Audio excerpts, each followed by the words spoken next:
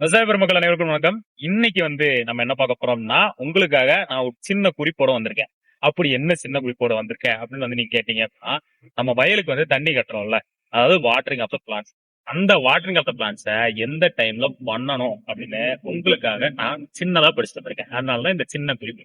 So watering of the plants, அதாவது பயிருக்கு தண்ணி கட்டுறது எப்பதான் கட்டணும் அப்படின்னு கேட்டீங்கன்னா, நிறைய ஃபார்மர்ஸ் எனக்கு தெரிஞ்ச வரைக்கும் நைட்ல கட்டுறாங்க. நம்ம நைட்ல தண்ணி கட்டுறது ரொம்ப தப்புங்க.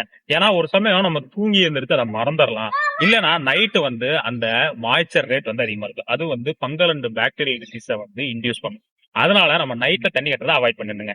சரி, அப்போ ஒரு சில ஃபார்மர்ஸ் பரவாயில்ல பண்ணிக்கலாங்க அப்படின்னு போட்டு மதியானம் தண்ணி கட்டுறாங்க. மதியானம் தண்ணி கட்டுறது என்ன பொறுத்த வரைக்கும் தப்பு. ஏன் அப்படின்னு பாத்தீங்கன்னா, மதியானம் எவாபரேஷன் ரேட் அதிகமா இருக்கும்.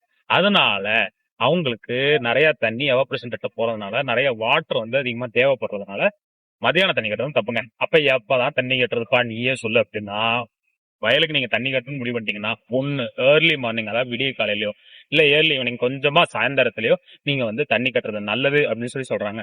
இது இல்லாம நீங்க வயலுக்கு தண்ணி கட்டணும்னா அந்த பேஸ்ட் அந்த கிராப், அந்த கிராப்போட கிளைமேட், அந்த ஃபேக்டர்ஸ்ல வச்சும் நீங்க தண்ணி கட்டிக்கலாம்.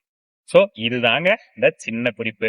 இந்த மாதிரி விவசாயம் தொடர்பான காணொலிகளுக்கு நம்மளோட யூடியூப் விவசாய சேனலை மறக்காம சப்ஸ்கிரைப் பண்ணி, ஷேர் பண்ணி, லைக் பண்ணி, கமெண்ட் பண்ணி வச்சுக்கோங்க. நன்றி.